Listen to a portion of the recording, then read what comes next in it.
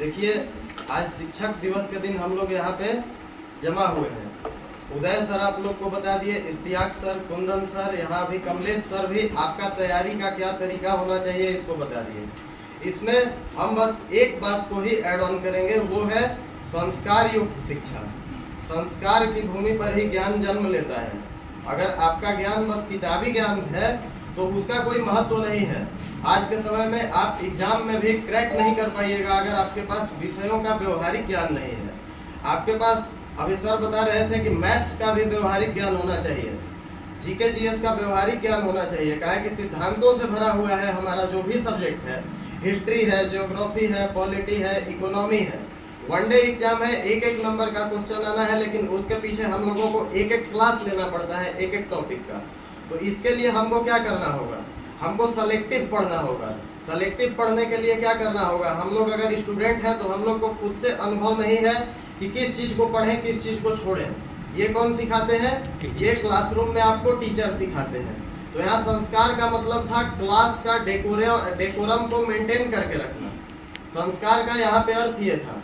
तो हमको क्या करना है, संस्कार युक्त शिक्षा लेना है और इसके बाद हमको सभी विषयों का ज्ञान हो। इसके लिए सभी सब्जेक्ट पे, सभी टीचर पे ध्यान देना है, सबके कंटेंट को लेना है और इसके बाद जो भी क्लास करना है इसके बाद रिवीजन जरूर करना है उस क्लास का।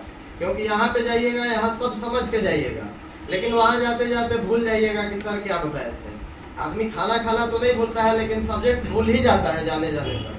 क्योंकि वहाँ आपको सड़क मिलेगा, सड़क पे बहुत रंगीन बाजार दिखेगा, इसमें आप भूल जाते हैं 24 घंटा के अंदर। और साइकोलॉजी के हिसाब से भी 24 घंटा में अगर कोई चीज़ आप पढ़े हैं और उसको रिकॉल नहीं करते हैं तो वो आपका 50% भूल ही जाता है। तो सबसे ज़्यादा जरूरी है, टीचर तो सेलेक्टिव पढ़ा दिए, सेलेक्टिव पढ़ाने के बाद आपका काम है कि व्यवहारिक रूप से उनसे समझ लीजिए।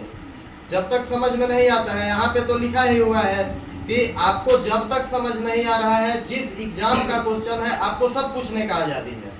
अगर आप लोग कभी कभी पीसीएस का भी क्वेश्चन पूछ लेते हैं हम लोग से जीडी के बैच में, तो वो भी हम लोग बताते ही हैं आपको। अगर आज नहीं बताया तो अगले दिन बताएंगे। तो आपको व्यवहारिक रूप से सभी चीज़ों को समझ लेना है, ग्रहण करना है। इसके बाद आपका मेन उद्देश्य है एग्जाम देना। एग्जाम को क्वालिफाई कीजिए, 6-7 महीना साल भर का प्रिपरेशन करना है।